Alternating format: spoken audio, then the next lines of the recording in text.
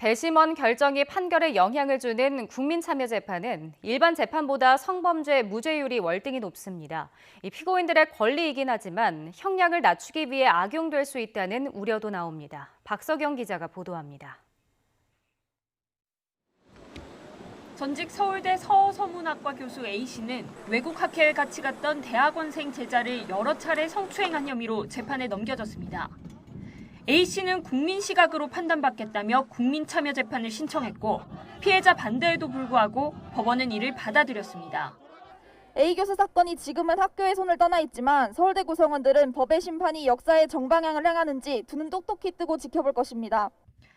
국민참여재판은 무작위로 선정된 배심원들이 유무죄를 먼저 판단한 뒤 재판부가 이를 고려해 최종 판결을 내리는 제도입니다.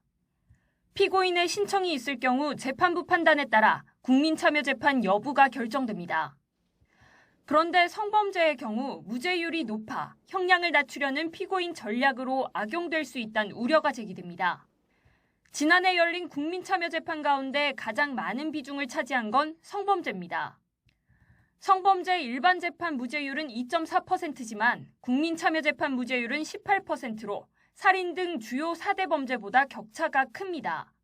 성범죄 특성상 피해자 진술만 있고 물증 확보는 어려운 경우가 많은 데다가 배심원들의 다양한 가치관에 따라 결과가 좌우되기 때문으로 풀이됩니다. 그렇다 보니 배심원들이 고정관념이나 통념으로 피해자를 잘못 판단할 수 있다는 지적이 나옵니다. 특히 국민참여재판이 진행되면 피해자가 낯선 배심원들 앞에서 자신의 진술을 설득해야 한다는 부담도 따릅니다.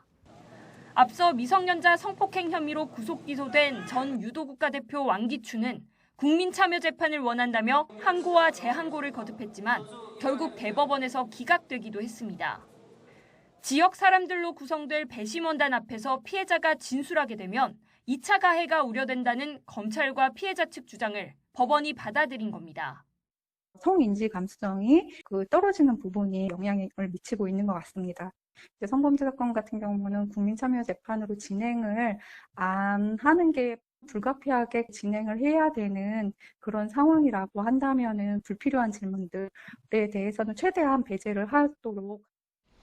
피고인의 권리를 위해 만들어진 국민참여재판이지만 성범죄 피해자 권리를 보장하기 위한 제도나 절차 보완도 필요해 보입니다. YTN 박석영입니다.